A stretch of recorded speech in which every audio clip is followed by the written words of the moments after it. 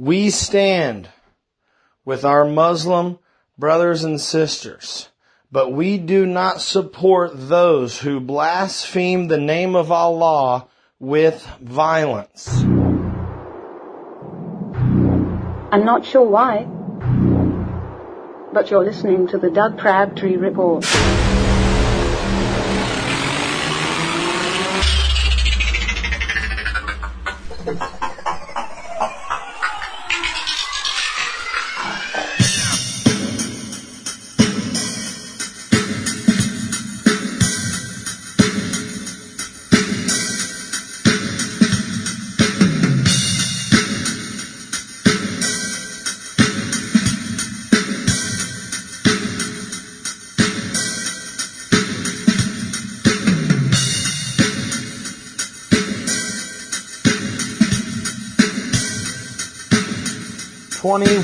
Years ago today, September 12th, 2001, the New York Times published and made available a newspaper that said this headline: U.S. attacked. Hijacked jets destroy Twin Tower and hit Pentagon in day of terror. The reason for that is because 21 years ago yesterday was the now famous September 11th. And unless you've lived under a rock, a very big rock, where no sound can get underneath, then you already know that on said day, that very thing happened. But so much more than that. So many more details took place in and around that timeage, right? Well, in 2015, Jaboy, yours truly, made a full-length, in real-time video compilation of the events on 9/11/01 called, as it were, 9/11/01. I made it, first of all, I worked on it really, really hard for a long time. I don't know what was harder, finding clips or editing clips, especially on the old computer I had, but I never complained about editing on any old system because anything I've ever had lately in my adult life, quote unquote, is so much better than the old Doug and Titus days editing off tape decks. You heard? But it took a long time. I put it all together. It was absolutely amazing, spellbinding, and it wasn't my story. It was just said by me in a way that no one's ever said it before. And I kind of wondered, why doesn't anyone put together an, as it were, video that has the story from start to finish? And that's because everyone who owns and has clips, video clips, has big fat copyrights on said videos. And they're not adding them and making them available to the quote-unquote public domain, motherfucker. So what do? Not knowing, not really realizing that at the time, I kind of just found everything I wanted to find, and much more than I didn't want to find. But I wanted to show it all as it happened. First starting out with Osama bin Laden, who came on television and announced, clear as day, there will be a catastrophic event coming up because of his and his company, and his company meaning the people that keep him and house him and somehow look up to him. There would be some kind of big event, and the guy who interviewed him said, what will it be? What's going to happen? And bin Laden said, you will see it on the news very soon. So that's the clip I started with first. I found it. Didn't really pay any attention to who owned the clip. I found it, and that was my first scene of my movie. It's weird to call it my movie because it's really not. It's just my telling of it, which had never been done before. So I was excited to get it done. On that year, 2015, I was on my way to the United 93 crash site to, I guess, see it, learn from it, and show my respects on the anniversary of 9/11. So, on 9/11, 2015, that's where I was. The deadline was coming down on me. I just wanted to get this movie made and made properly because I wanted to have it available and ready to go to release on 9/11, 2015. That took place. I got it done. I had to stay up nights sometimes in between work and play and blah, blah, blah. Finally got it done. Getting it done is one thing. Getting it done right the way you envisioned it is a whole other science. It takes a lot of work, but I got it. Made it available on different outlets, especially YouTube. Then I took off on my trip, like the day before, 9/10. Okay. Checked online. The video blew up. It went mega viral in hours. Okay. I should have wrote down or took screenshots of how many hits it had gotten. And that's powerful because not only is it showing up in searches, but people are sharing it. That's what the whole idea of going a viral video means. It spreads like a fucking virus, meaning boom, boom, boom, boom, boom. Even though that's kind of negative, we should start calling it a good news video, spreading like good news. Or we should call it bad news because bad news spreads 10 times quicker. We should call it a rumor video, which means it spreads like a rumor. That's what happened. Okay? From now on, that's what happened.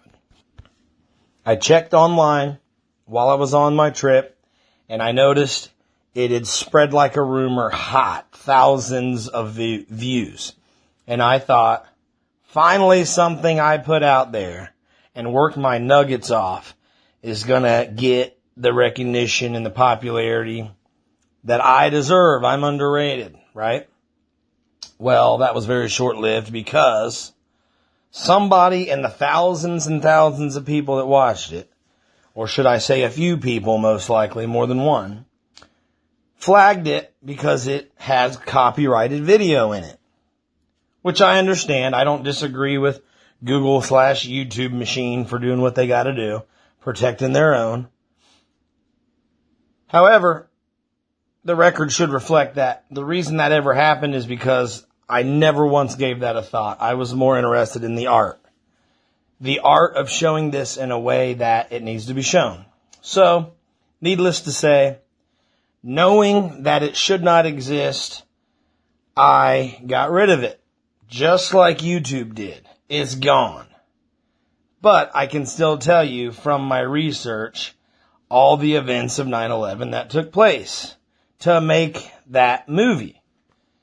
And even though 9/11 was yesterday, or should I say, even though the anniversary 21 years ago of 9/11 was yesterday, I wanted to do a podcast episode where I could provide my second attempt at giving you, the nation, an in-depth bit of coverage of 9/11, said in a way that it happened. But of course, this is the Doug Crabtree Report podcast, so there's going to be a lot of bullshitting happening in between time.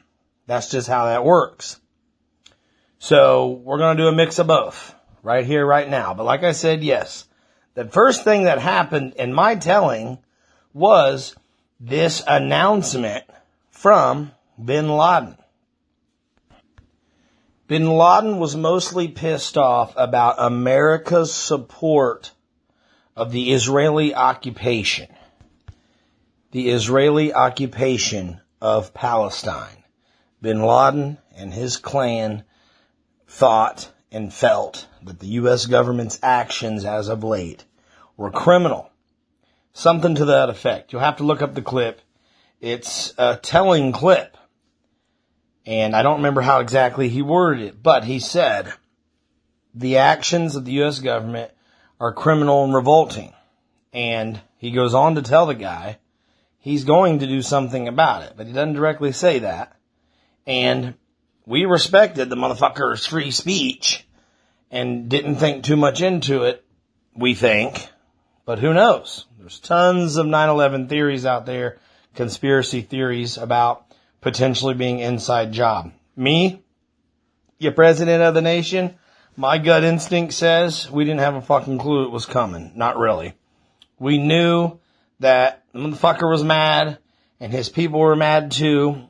But I don't think it was an inside job. Me, personally. And I don't want to get into how buildings can fall like that.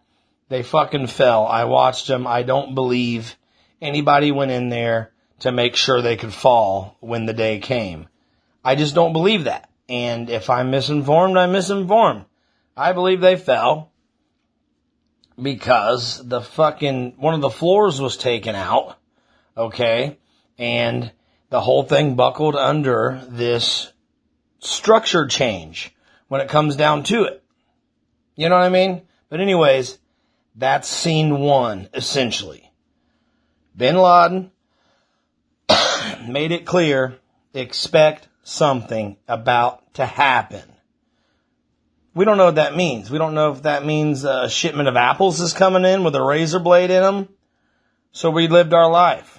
Okay? We lived our life hoping for the best. And most people didn't even know that threat was out there. But many threats have been out there and they continue to be all the time. So what do? We just moved forward. At the time that this threat was made, the president in the White House was Bill Clinton. And bin Laden said, just the name of Bill Clinton is disgusting to him. He believed and felt his cause proclaimed that the government, which was confusing because they took their retaliation out on citizens and not government people, but the government, U.S. government, is responsible for all the deaths and the double standard of coming into places like whatever, I don't know, you'll have to see the clip, and setting a double standard there, saying, you know, you mess with us, you're a terrorist, but we're going to mess with you. That's how the motherfucker felt. I don't know if he was right, but I firmly believe his response to the situation was not right. Anyways, moving on. 2 days before 9/11, someone with a video camera was way up in the Twin Tower. It looks to me like the North Tower, which, keep in mind, those two towers are right on Lake Hudson, looking right into the abyss. Past the mouth opening to the lake, you can see the Statue of Liberty, which a lot of people don't realize is just on a little tiny island out there. Or, not Lake Hudson, the Hudson River, rather, I'm sorry. And it's kind of like the mouth of the big ocean up there. You got me? And all was normal. Beautiful, late summer, early fall day. 2 days later, 9/11/01, a documentary film crew was shooting video early in the morning on 9/11 of one of the fire stations in New York City, making a film about the fire department. Now, a little bit of backlog. Bin Laden and the henchmen had decided to infiltrate the United States of America by coming in through legal avenues and doing illegal things, like boarding airplanes and using those airplanes as weapons against American people, or whoever happened to be here at the time. They were going to, in the name of Allah, sacrifice their own life and the lives of many innocent people, almost 3,000 in this case, by flying the planes into buildings in order to make a statement. bin Laden said, Bill Clinton and the government doesn't understand statements made in words. Therefore, we will make a statement not in words. A year ago yesterday, I was at the United 93 crash site to shoot video of the crash site exactly 20 years after 9/11/01. And the reason I mention that is because I wrote a little caption at the beginning of the video that would kind of sum up the backstory I'm trying to present to you right now in this moment. And that caption reads like this. On September 11th, 2001, commercial jets were used as weapons to take as many American lives as possible. The passengers of United 93 decided to take back the plane so it could not be used as a weapon against innocent people. This is the United 93 crash site exactly 20 years later, which it was. It was the crash site exactly 20 years later, just for the future historians who want to look back and see it. What it looked like 20 years on versus what it looks like 100 years on, etc. Anyways, that's what the people were doing on the morning of 9/11. Using commercial jets to take as many American lives as possible to make their statement, sacrificing their own life in the process. Well,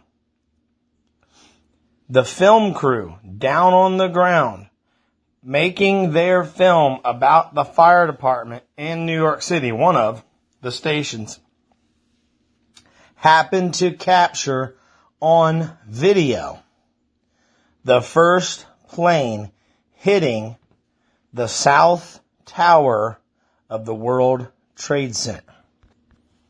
I believe it had something to do with the responding to some kind of gas smell. The fire department came out, took a look, the cameras rolling, trying to capture video and audio of the people in charge having a conversation and doing their work. They hear a rumbling, a very low sounding plane. They can't believe a plane would sound that close. They look up, the camera pans up and captures the plane going directly into the tower. It looks like the tower swallowed the plane because the plane didn't hit it and explode. The plane flew into the tower, busting through the outside wall. Of course, what you hear and see at that is a giant ball of fire afterward you see, I'm trying to say it right here, this giant, ball of smoke rolling out. And obviously when it hit, the loud crash, which I'm sure you could have heard anywhere in the area. And the building being so tall, towering over all the buildings around it, it was a clear thing to see. So we talk about terrorism. What could be more terrible and terrifying than to look up anywhere in the area and see that your city is either under attack or one pilot's having a very bad day? I would be terrified. Well, immediately after that event, the fire department that we're looking at in this film, which did release, and it's a great movie. Forgive me, but I can't think of the name, so just search the 9/11 documentary of the New York City Fire Department, and you'll find it. Boom. And I highly recommend you watch it. Very compelling, emotional piece of documentary history. They jump in the fire truck, screw the gas leak, and they start heading right into the fire, right toward the World Trade Center to see what they can do to help. Moments later, I cannot talk today, I'm sorry. Moments later, CNN interrupted a commercial break to bring you a live shot from across town of the South Tower spitting smoke into the beautiful New York City sky. Meanwhile, the fire trucks rushing to the area, and they were going up the steps and trying to figure out how to get to the affected, on fire destroyed floors of this building. That first plane hit pretty high up into that tower. Now, CNN was not calling this an attack on the country because all they were looking at that moment, the very beginning moments, was a building with flames and smoke coming out of it. The headline at the bottom of the screen read, World Trade Center disaster. They didn't know why or how. They just knew. Clearly we're looking at some type of major interruption to a normal, typical Tuesday morning. We're looking at some kind of disaster that must have just taken place at the World Trade Center. Meanwhile, only a few blocks away is Howard Stern, before he went to satellite radio, on normal terrestrial radio, if you will, doing his show.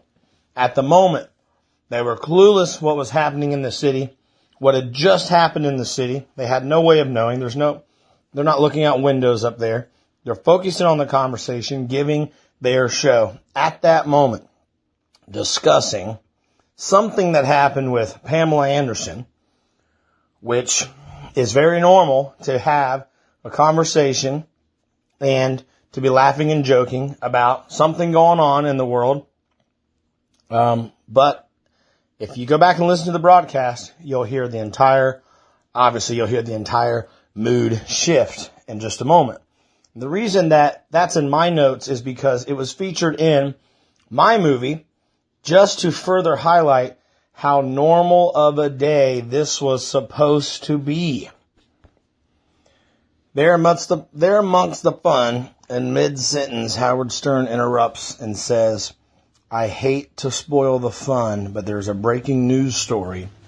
A plane apparently has just hit a tower at the World Trade Center, and he said, and I quote, the World Trade Center is on fire. Happened to be on the phone, live on the air, with someone who was able to look out their window from another location and see the building. At that exact moment in time, the President of the United States at the time, George W. Bush, was sitting in a Florida grade school classroom while the students were demonstrating ways in which they've learned to read. Moments later, CNN captured on their live shot the second plane coming into the North Tower. This time, it hit in such a way that caused a giant ball of fire to burst out of the other side. It hit on one side, a giant fireball burst out of the other side. All conversation on CNN, all they were doing was talking about what they could see from the ground, got interrupted by what they were seeing in the studio on the live shot, this second plane, this second giant explosion. This is when people shifted from we might be under attack to this seems like we're pretty much safe to say we're now under attack. We don't have to speculate. This is going down right now.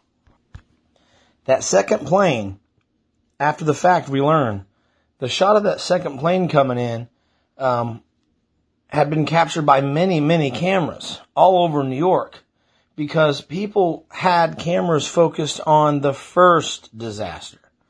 So seeing that second plane, we can look at it from many different angles. We know a lot more about the actual crash, I guess you could say, because many people captured it on camera because they're looking right at the site when they were looking at the other building. We didn't know until much later that there was, in fact, video of the first plane, that crew I told you about. At first, it was widely thought that the first plane was only seen by eyewitnesses, not by a camera. And I don't know what you call it, irony, fate, whatever. It's just so weird that there was someone holding a camera, a professional documentary camera, and captured the first one as well. Moments later, someone approached the president, a member of the Secret Service, and said to him in his ear something to the effect of, "We have reason to believe that our nation's under attack. There has been a second plane that hit the World Trade Center." The president did not make an instantaneous reaction. He sat there for a moment while the students and the teacher were going through their presentation, essentially, for the President of the United States. And the Howard Stern show pretty much had the same reaction. The news of the second plane. Howard Stern said himself, "It's got to be a terrorist attack." And everyone else in the room and the guy on the phone said the same thing. This can't be just a thing. It is got to be a terrorist attack.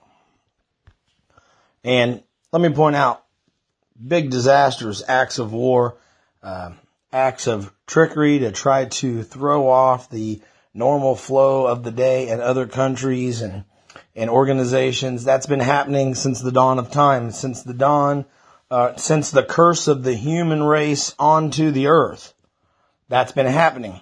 But when it happened on 9/11, it was so well documented because we live in a time now where a lot of things are being captured live and forever recorded.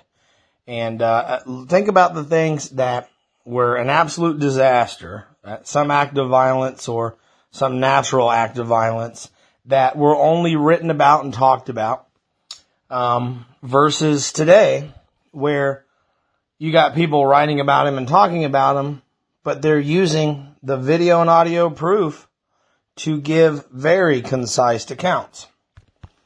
Howard Stern said in this moment, "This location for a terrorist attack gives the terrorist the ability," he didn't say this exactly, but this is the gist of it, "the ability to kill many people."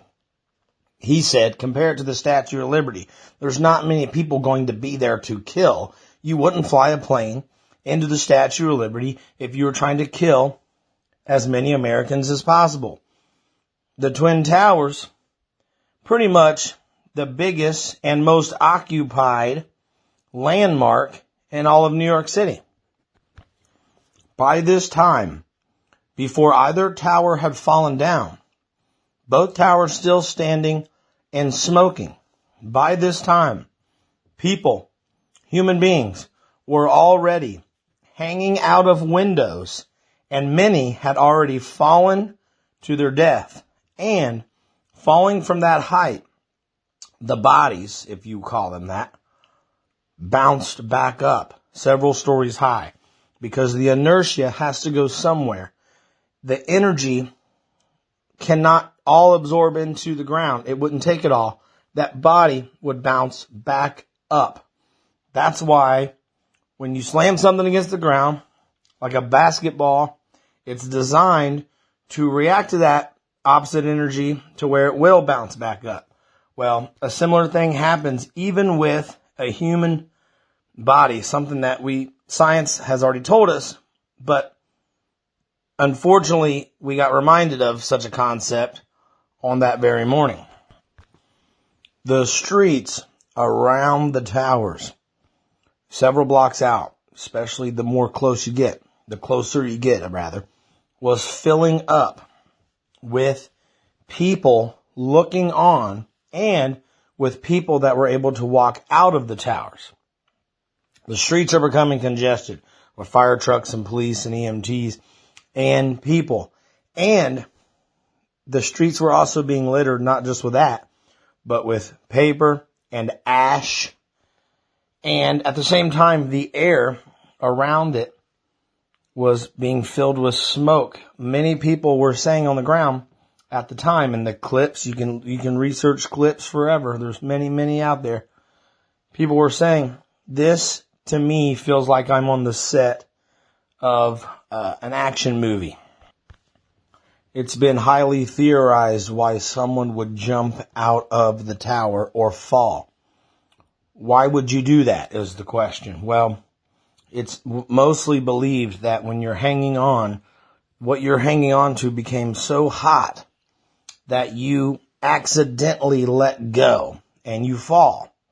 It's also believed many people, to escape the fire on the floor they're on would willingly jump out. I tend to believe the first one, that you're going to go to the window, or what now is an exposed part of the wall that's open now to the outside because of the blast, and you're going to try to remove yourself as far away from the fire and smoke as possible, and in doing so, you will accidentally fall out.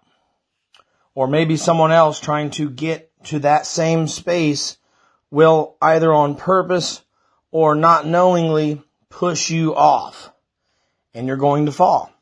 One clip of someone falling that has haunted my nightmares forever was the clip of a man falling. His chest and face was looking up. His back was pointed down toward the ground as he fell, and he put his arms back as if to soften his blow when he landed. Think about if you're standing on a trampoline and I push you over. Your natural instinct is to immediately put your arms back to catch yourself. Or that say you're on the ground and you get pushed over, you might hurt your wrist and elbow because you might naturally immediately put your arms back to try to catch yourself.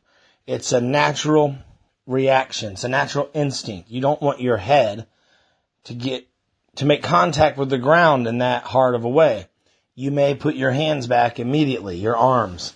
And there's a clip of a guy doing that as he's falling floor after floor after floor, increasing speed, increasing inertia as he falls. No parachute, no ladder, no elevator, gravity doing what gravity does. Taking your kinetic energy and impacting it into the ground. They did successfully create a lot of terror. That's for sure. And that's just one of the many images that prove that. CNN, in my opinion, being afraid to call this a clear act of terrorism, said, the anchor on the air live at the moment, said, the fact that these two planes hit side-by-side towers within 18 minutes of each other makes you wonder, has there been some kind of computer error in a navigation system? That's another thing that always stood out to me. Don't make the news something it's not. Say the real thing. This didn't look like some mistake. This appeared immediately like an act of terrorism. And then when the second plane came along, like I said, there wasn't a whole lot of room for guessing at that point. Also, at the same time, like I said, the people all gathered around. There's a lot of videos that show people hugging and consoling strangers, crying their eyes out because of what they're seeing, because of those emotions going through them. Strangers or people they do know, hard to tell, stuck up in the towers.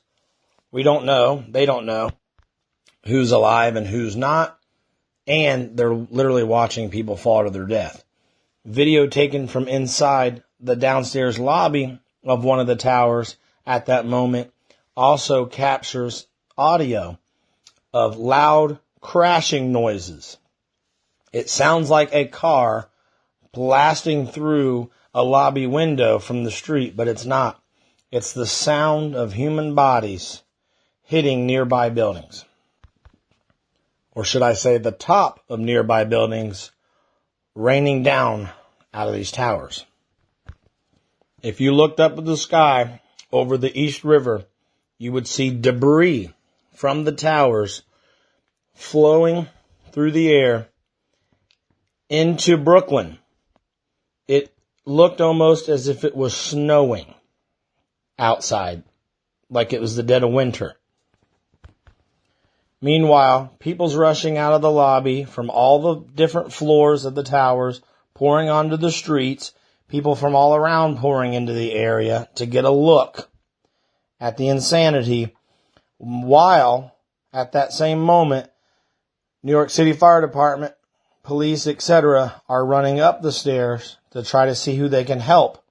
They're unaware that everything's about to come falling down. The very building that they're in is about to be reduced to rubble. Their thing in mind at that moment was how fast we can get up there, how many lives we can save, how much assistance we can provide. It's time to earn that paycheck. They didn't know they would be earning that paycheck with their life, but they must have known that was a possibility. And people can speculate all day long about how there must have been more at play to make the buildings fall down, blah, blah, blah, blah, blah. Or why couldn't people just get out? Think about it. It's not just the jet fuel that burned. It was everything inside of the building. Yes, I know that solid steel doesn't buckle and become useless when you throw a little jet fuel on it, set the jet fuel on fire, and the jet fuel burns, and that's it. The steel beams are still going to be there. We're not talking about solely jet fuel. We're talking about jet fuel that started a giant fire that kept going and going. The building was full of decades worth of flammable material, furniture, human beings, their clothing, carpet, insulation, and the list goes on and on. Paper, okay? Everything in the building. And once a fire gets hot, it gets hotter and hotter and hotter. And the hotter it gets, the more things that combust and catch on fire. When that happens, the hotter and hotter the fire gets. The images that we saw looking up into the sky, completely, the smoke is so black and thick. Burn a couch cushion out in your yard in the fire pit and you will see solid jet black smoke. The images that we see looking up into the sky on 9/11, the smoke is so thick and dark. The image of the building gets completely blocked out. How would you be able to find an exit on a stairwell that probably doesn't even exist anymore when you can't breathe and you can't see? It's nothing. If you're lucky and you're not on fire, then you're probably stuck in a room or a lobby or whatever on one of the floors, completely annihilated with debris and people being frantic and this massive other killer, thick, jet black, hot, unbreathable smoke. If you saw an opening in a busted out window, a little bit of light coming through, or you felt a breeze from the outside, you would run toward it as if your life depended on it because it did. You wouldn't be looking for a stairwell at that point. Going back the other way into the fog would be a death sentence. So what do? You would hang out by the windows and you see the people trying to survive, waving a white shirt or a white towel or something saying, please, if possible, send something up here that I can leave this building on, rescue me or something. And that's, I think, had a lot to do with people would fall out of the window, fall out of the exposed wall, because how can you hang on if you're breathing jet black smoke? You're going to become disoriented. You're going to fall, especially if someone else is there crowding you out, trying to get some air. 21 years ago yesterday, I was watching this live in a junior high classroom in Corydon, Indiana, along with the rest of the entire school. We went to first class, then we left first class and did what's called the passing period, the 4-minute window or 5 minutes, whatever, from the bell to the bell. You have to get your ass into your next class quickly. I had to walk, to get to my next class, I had to walk through the cafeteria. Okay? Many students did. because, there was like 2 exits, one to the front, one to the side of the cafeteria. My class was biology, which was, if you're in the cafeteria and you walk straight, my biology class was on the left, but to get to my second period class, you would have had to have go left out of the cafeteria. So I walked out of the biology into the cafeteria, had to make round the corner and go out toward the left of the cafeteria. Don't know why I just shared that with you. I guess because it was on my mind. That's what you get when you sign up for this. As I'm walking to the second class, someone yelled, another student yelled at the top of their lungs, "We are going to war." No idea what that meant, but the environment was different.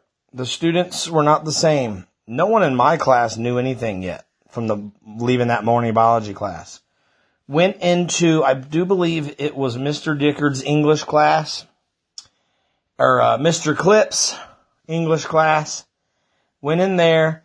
The TV in the room, up in the corner on the little wall-mounted stand or whatever, was showing the Twin Tower, the South Tower on fire, smoking. Everyone got in, sat down, we're all watching it. The audio was on, we're watching it. The teacher said something to the effect of, "Something crazy is happening on the news," something like that. As we're sitting there watching, I saw live through the CNN report that second plane come in and hit the North Tower. So someone like me has a clear, vivid memory of what they were doing and how they were feeling on 9/11. And everyone does, unless you weren't here yet. So for those who weren't here yet, it's a history story. But for those who are history, like me, it's as real as it gets, people. So when you watch most of those images on television, you can see that when there's nothing behind the buildings, that's because the only thing back there is like ocean and the Hudson River. That is I thought, the North Tower, because it's more northern. If you were flipping it around, looking at the other way, you would see the city behind the tower. That means you're looking south but apparently I'm way wrong, or someone is. Do the research yourself if you need to, but one website says that at 8:46 a.m. Flight 11 crashed into the North Tower, and that at 9:03 a.m. Flight 176 or 175 crashed into the South Tower. Either way too much crashing going on, I guess.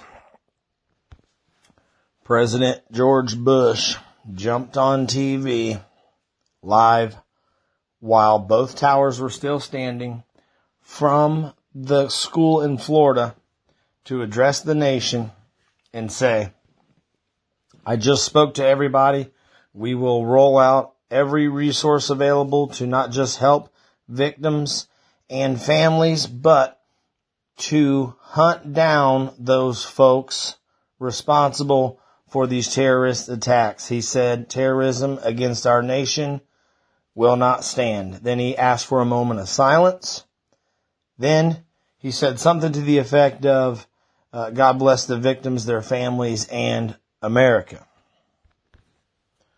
Then, at exactly 9:28 in the morning, hijackers started to make their attack up in the sky on Flight 93, United 93.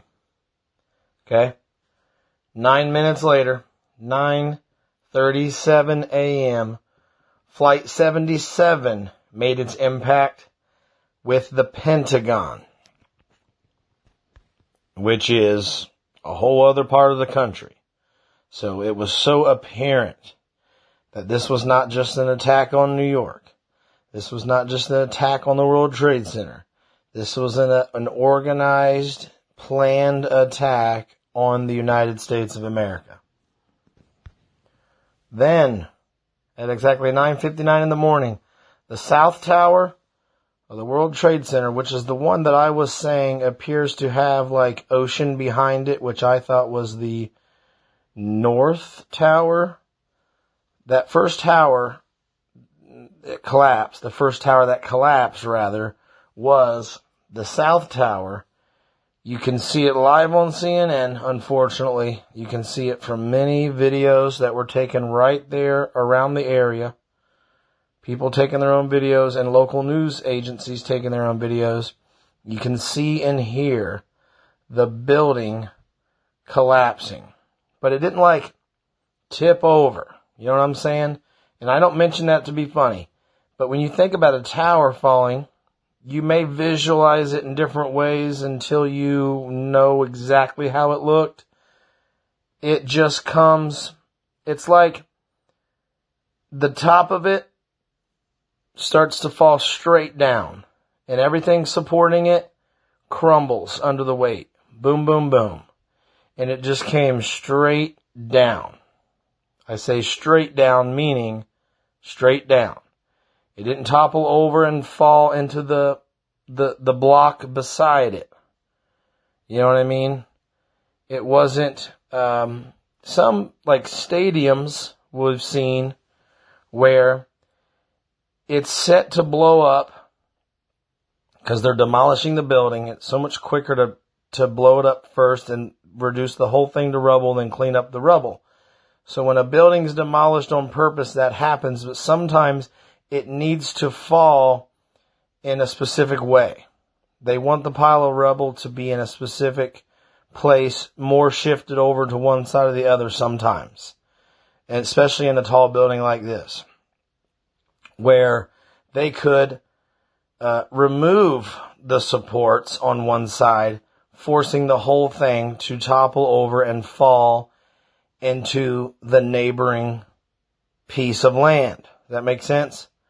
Well, you probably already know from seeing it yourself, both towers fell directly into its own footprint, right down. Very scary sight to not only see, but I think the sound of the towers falling and the pandemonium around it is even worse, the sound of it. So at 9:59, the South Tower of the World Trade Center collapsed. And everyone was watching and commenting and going frantic on every news station. And I, again, watched it live in school. Before the second collapse, at 10:28 in the morning, where that North Tower fell into its footprint, collapsed straight down, there was some stuff in the middle that happened. The most significant being that Flight 93 impacted with a big open field in Pennsylvania, the one I've been to so many times, I guess, to pay my respects to everybody and the history. Yeah, so that happened. But then, shortly after, well, I should say that plane was intended for a fourth target, you know, and it didn't make it.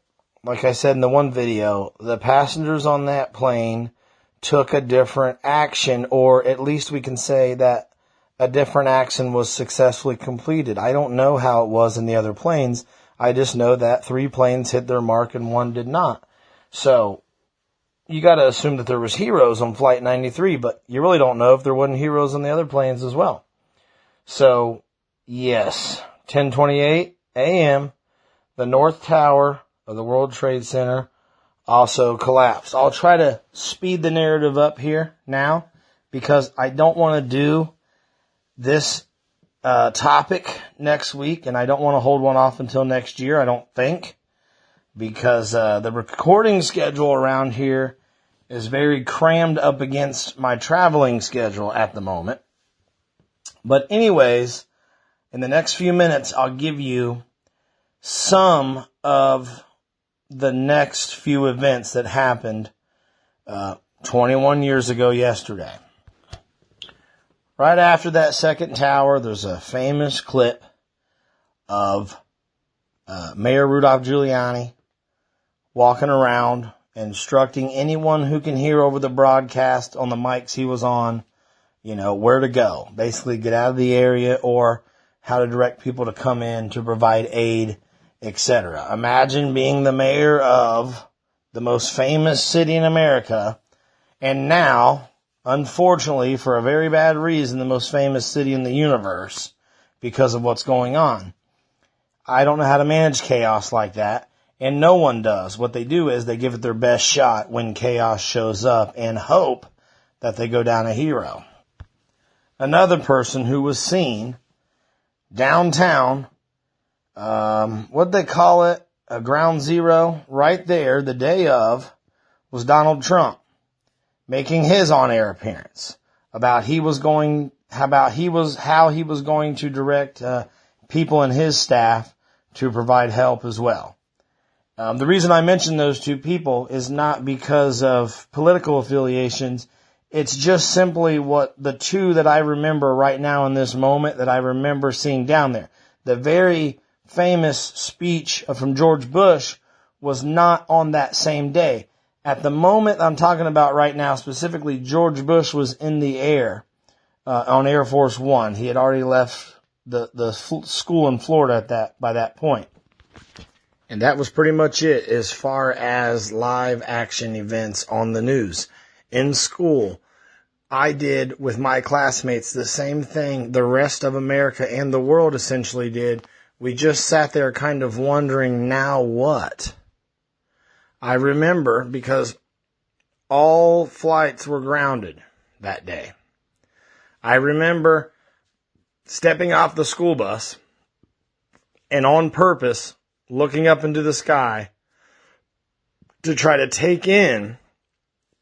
This was Southern Indiana off Heath Washington Road outside of Corydon, Indiana.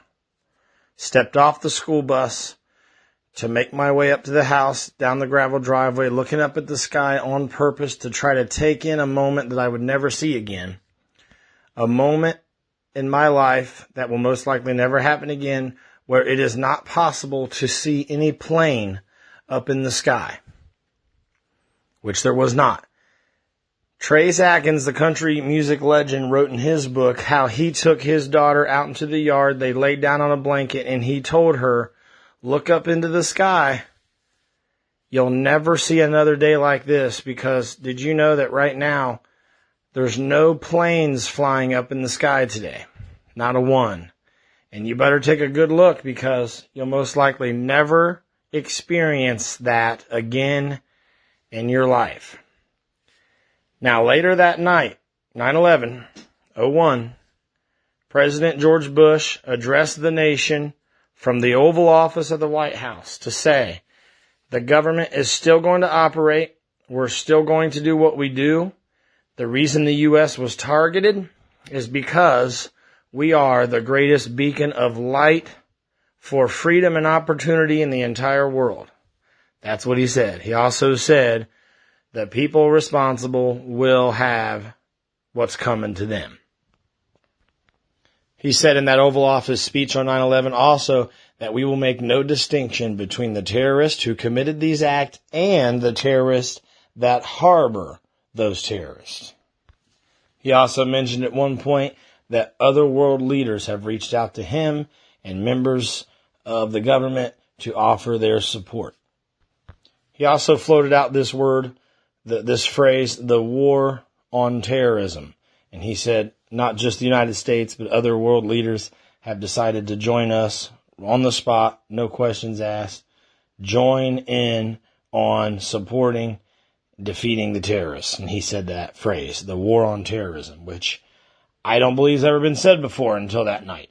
I could be wrong, but, The president quoted Psalm 23 in that speech. Though I walk through the valley of the shadow of death, I will fear no evil, for you are with me. The verse says, for thy rod and thy staff, they comfort me. But Bush said, for you are with me.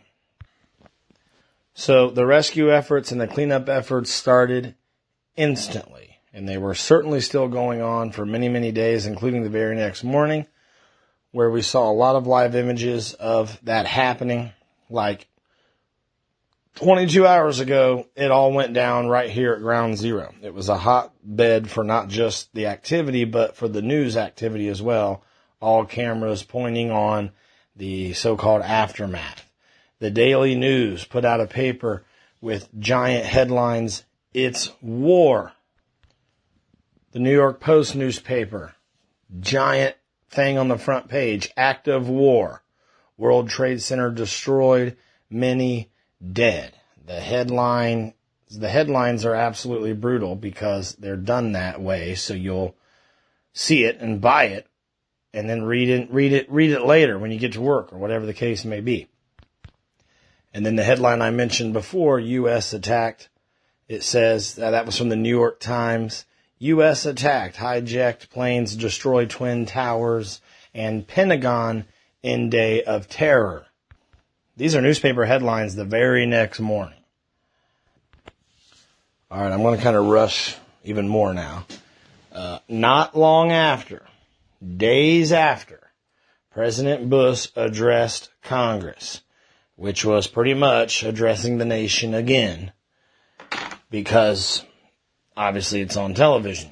But the key things I remember from that address was when Bush said, again, acts of terror against our nation will not stand. We will hunt down the folks who did this. And he kind of already said in the Congress address who did it, who they figured out was caught doing it and planning it, and they're going to find more of the people involved. That's what he was saying. The key thing that I remember the very most from that speech was when President Bush said, "We stand with our Muslim brothers and sisters, but we do not support those who blaspheme the name of Allah with violence." Think about how powerful that is. The U.S. is and will, according to his speech and how he was feeling, that's what he was saying, we will and are going to accept everyone and love everyone except for those who are violent. And he went on to say even further, this ain't an Allah versus Jehovah thing. We're going to accept you and the God you believe in, but we're not going to accept those who carry out acts of violence, and in this case, even blaspheming the name of Allah by being violent. Which reminds me of what bin Laden said a long time before that. He believes that the U.S. government are the violent ones, etc., etc. You have to ask, what is a noble cause? I think there's a big difference between a noble cause and a violent cause. Sometimes a cause is noble but can be carried out in a violent way. It's not about your cause and your feelings. It's about how you go about, it's how you react to what you're feeling that has the biggest statement of all. It's really not what you do. It's how you do it. You know what I mean? If I want to change my household, that's great. But if I do it in a violent way, then my message will never be heard. Same thing on the world stage. Okay, so in closing, a few years later, President Obama gave another long speech addressing Congress and the nation and a lot of us about 9/11, which was very beautiful, well done. I highly encourage you to research that and look at that. And keep in mind, it was under Obama's watch where bin Laden was sought out and taken out. And I don't have time to mention anything else. I gotta go. But 9/11 sucked for everyone. And I believe, as an American, that was the very worst day ever to be an American. But there for about 20 years, it brought our country together. So hopefully we can do that again. Come together again. Because I think right now we need it. But that's it. Yeah. Have a good one. We'll see you next week. Sorry I had to rush to the end of this, but bye. That's all the show you're getting today. You've been bad. You don't deserve any more. So just enjoy this outro music and send all your love and all your hate to my email, dougalonation@gmail.com.